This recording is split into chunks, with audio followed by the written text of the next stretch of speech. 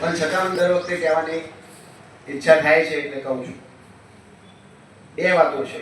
એક વાત એ કે જિંદગીમાં તમે સમાજ જોડેથી કશુંક ને કશુંક મેળવ્યું છે. તમારા મમ્મી પપ્પા જોડેથી, સમાજ જોડેથી, સ્કૂલ જોડેથી કશુંક ને કશુંક તમે હંમેશા મેળવ્યું છે લોકો જોડેથી. એ વસ્તુ તમે સમાજમાં ક્યાંક ને ક્યાંક પાછી આપો કોઈ ને કોઈ માધ્યમથી. એ સૌથી અગત્યની બાબત છે. રોજર ફેડરર, મેં હમણાં સ્પીચ આપી, મેં તમને કીધું, એને એવું કીધું કે મેં જિંદગીમાં હું નહીં ભણ્યું. એ 16 વર્ષે ભણવાનું છોડી દીધું કારણ કે ટેનિસમાં બહુ બધો રસ હતો. પણ મેં આફ્રિકાના દેશોમાં જોયું કે 75% છોકરાઓ તો ભણવા જ નહીં જતા. તો કે મેં અત્યારે હાલ 1 લાખ છોકરાઓના એજ્યુકેશન પાછળ પૈસા આપ્યા. 55,000 ટીચરો, 55,000 ટીચર, બરાબર, એના મેં તૈયાર કર્યા કે એ લોકો આફ્રિકાના દેશમાં જઈને ભણાવે. તો મેં જિંદગીમાં કશુંક મેળવ્યું તો હું પાછું આપું છું, બરાબર. એ ભાવના એનામાં છે અને આપણા દરેકમાં ક્યાંક ને ક્યાંક નાની મોટી, જેમ જયંતિભાઈ ક્યાંક કંઈક ને કંઈક સમાજને પાછું આપી રહ્યા છે, પુસ્તકના માધ્યમથી અથવા બીજા કોઈ વિચારોના માધ્યમથી. એ આપણી ભાવના હંમેશા હોવી જોઈએ. અને છેલ્લે ઘણા બધા છોકરાઓ એક નાની બાબતમાં હિંમત હારી જતા હોય છે અને એમ થતા હોય કે હું આ પરીક્ષામાં નપાસ થયો તો મારી જિંદગી પૂરી થઈ ગઈ.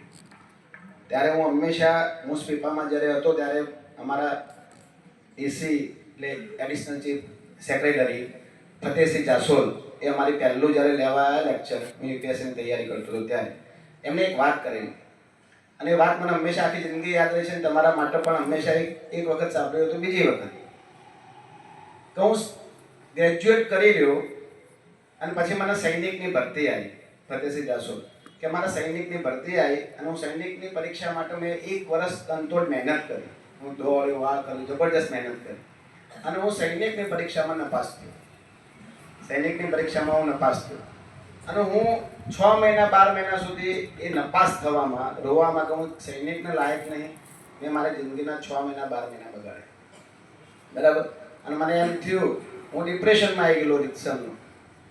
પણ જ્યારે હું, બીજું સીન છે કે જ્યારે હું પછી યુપીએસસીની તૈયારી કરી, આઈએએસ બન્યો, ડિફેન્સ સેક્રેટરી તરીકે હું બેઠો હતો અને જનરલ લેવલનો માણસ આવીને મને જ્યારે સલામ કરે, બરાબર, ત્યારે મને વિચાર આવ્યો કે હું સૈનિકની પરીક્ષા માટે રોતો હતો, તો સૈનિક નહીં તો બન્યો એના માટે રોતો હતો. ત્યારે ઉપરવાળો મારા માટે કંઈક બીજો પ્લાન ઘડી ગયો હતો અને મેં હિંમત હાર્યા વગર કામ મારું ચાલુ રાખ્યું હતું. અત્યારે હું ડિફેન્સ સેક્રેટરી તરીકે બેઠો અને સામે જનરલ કે જે સૈનિકનો સૌથી મોટો વડો હોય મને સલામ કરે છે, બરાબર, જ્યારે હું સૈનિક માટે રોતો.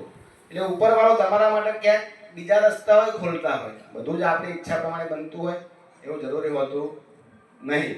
પણ કોઈ પણ સ્ટેજે જિંદગીના હિંમત હારી જવાનો વિષય આવતો નહીં.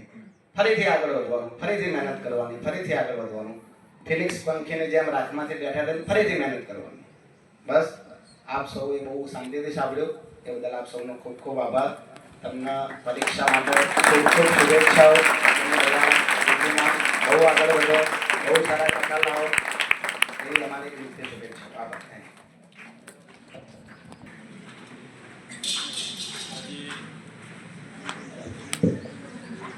ઉમા વિદ્યાલયના વિદ્યાર્થીઓના વિદાય સમારોહમાં આદરણીય સંજયભાઈ, ચંદ્રિકાબેન, આપણા આચાર્ય સાહેબ, મિત્ર નવનીતભાઈ, અન્ય શિક્ષક મિત્રો, બહેનો અને વાલા દીકરા દીકરીઓ, સરસ વાત સંજયભાઈએ કરી. એમાં મને આત્મવિશ્વાસવાળી વાત તો મને હંમેશા મારા એમ હોય કે આ તો મિનિટે છોકરાઓને કહેવી જોઈએ, કારણ કે એ તમારી મૂડી છે અને એ મૂડીને મજબૂત કરવાની છે, સ્થિર કરવાની છે, ડેવલપ કરવાની. એક હિન્દી પિક્ચરમાં ગીત છે, એની પંક્તિઓ છે, આંધી કભી તूफान कभी कभी मजेदार जीत है उसी की जिसने मानी नहीं हार.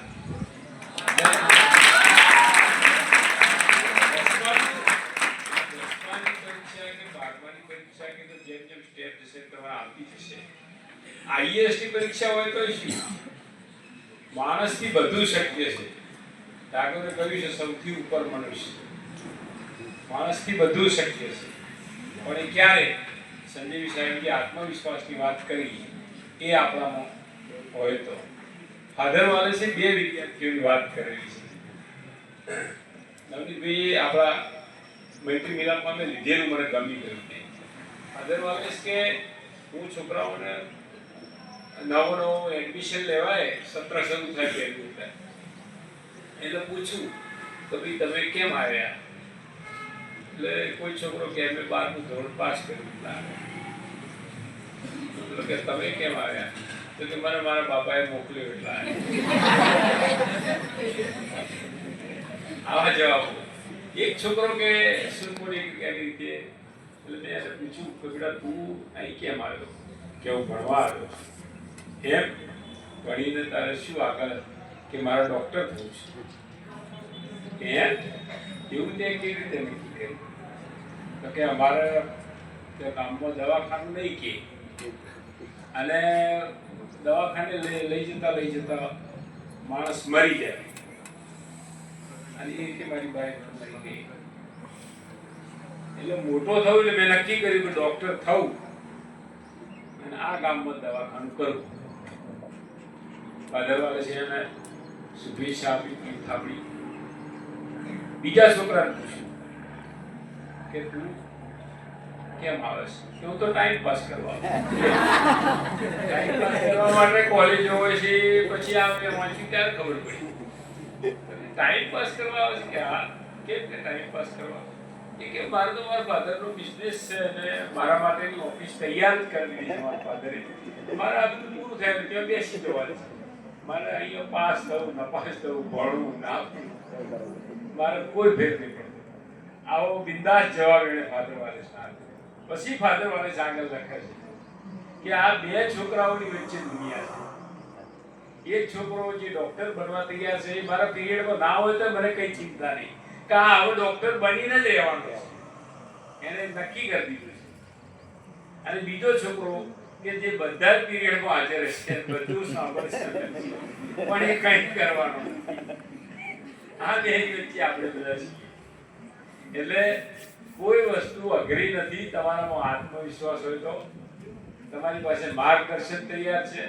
હવે કલ્પના કરો એક સમય એવો હતો, આ ગાંધીજી આપણે હમણાં વાત કરી શકીએ, એ વખતે શું સગવડો હતી, તેમ છતાં એ લોકો ભણ્યા અને છેક રાષ્ટ્રપિતા સુધી પહોંચ્યા. એમનો તો એક સ્પેલિંગ ખોટો પડ્યો, ભણતા તો તમારી જેમ તમારાથી નાના, અને શિક્ષકે કહ્યું તો બુકમાંથી ઈશારો કર્યો પગથી કે આ સ્પેલિંગ તું સુધારી દે, બાજુવાળામાં જોઈ, પણ એમણે નહીં સુધારે. અને આત્મકથામાં તો લખ્યું છે એમણે કે મને એ વખતે એમ કહું બોર્ડ પુરવાર થયો છું ક્લાસમાં, કે આટલી એ ખબર નહીં પડે, પણ મને એ નહીં કર્યા બદલ ક્યારેય અફસોસ થયો નથી. આત્મકથાનું સાચું વાક્ય આ છે.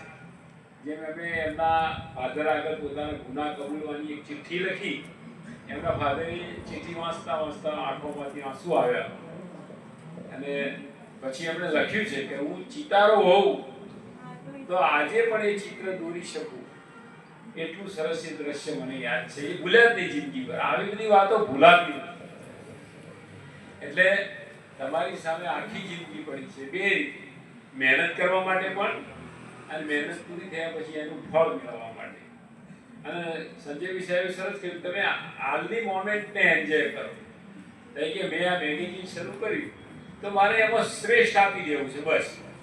સારામાં સારા મારા અમે આર્ટિકલ તો આપવાના જ છે, તો પછી સારા કેમ નહીં એમ. તમે પણ પરિણામ એવું લાવો, પરિણામ કરતો તમે ટકામાં અને માર્કશીટમાં પડશો જ નહીં. આજે હમણાં એક ઇન્ટરવ્યુમાં સંજયભાઈ નવી લાગશે, એમએમાં કંઈક સારું એવું રિઝલ્ટ હતું. એમએમાં બહુ સારું રિઝલ્ટ વાળા છોકરાને, ગુજરાતીનો હોય ને અમિતભાઈ સાહેબ, ગુજરાતીનો શિક્ષક લેવાનો હતો. એને પૂછ્યું કે તમે સાહિત્યના બે પ્રકાર વિશે વાત કરો, એટલે એ પૂછવાઈ ગયા. પછી કે તમે કોઈ સારી નવલકથાની વાત કરો વાંચી હોય તો એમણે પેટલીકરની લોહીની સગાઈની વાત કરી, કે જે નવલકથા છે તે વાર્તા છે.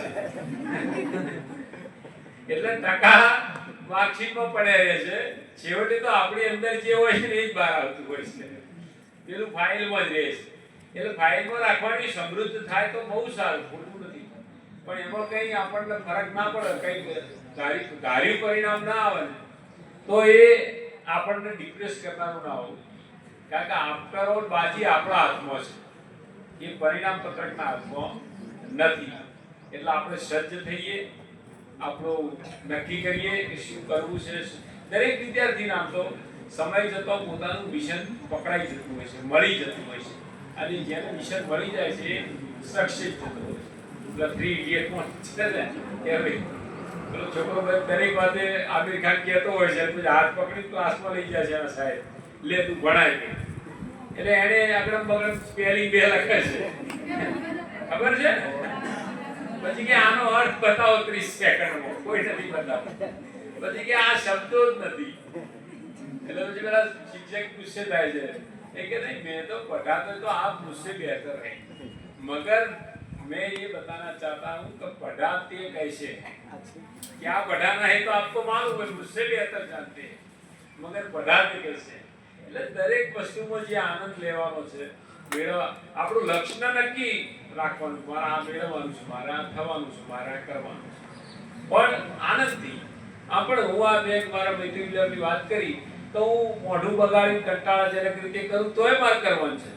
તો વાય હું તો મારા જીવનમાં આનંદનો ઉમેરો ના થાય, આનંદનો વધારો ના થાય. મીરોબાઈ તો એટલા સુધી વાત કરેલી છે કે આનંદમાં શુદ્ધિ થતી રહેવી જોઈએ, કેવળ આનંદ નહીં. આનંદમાં પછી આનંદની શુદ્ધિ, અને પછી બિલકુલ શુદ્ધિ વાળો આનંદ, એ માણસની આગી ગતિ છે, પ્રગતિ છે.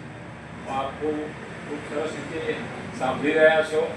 મને સંજયભાઈને પણ સાંભળ્યો, અને સંજયજી સરસ વાત કરી કે સૌથી વધારે કંટાળો આવતો હોય તો ભાષણ સાંભળવાનો. એ કંટાળો તમારો લંબાય એટલે ના પણ આ અવસ્થા એવી છે કે એટલે બહુ સરસ મને આનંદ થયો, મને અહીં બોલાવ્યો, સન્માન કર્યું, 2 શબ્દો કહેવાની મને તક મળી, ખૂબ આનંદ થયો. અને હું તમને ખૂબ શુભેચ્છાઓ આપું છું. આશીર્વાદ આપવાનું તો મારું બધું નથી, પણ તમે ખરેખર જે રીતે હસતા ચહેરે બેઠા છો ને, મને એમ લાગશે કે તમે બધા ખૂબ આગળ વધવાના, ખરેખર ખૂબ આગળ.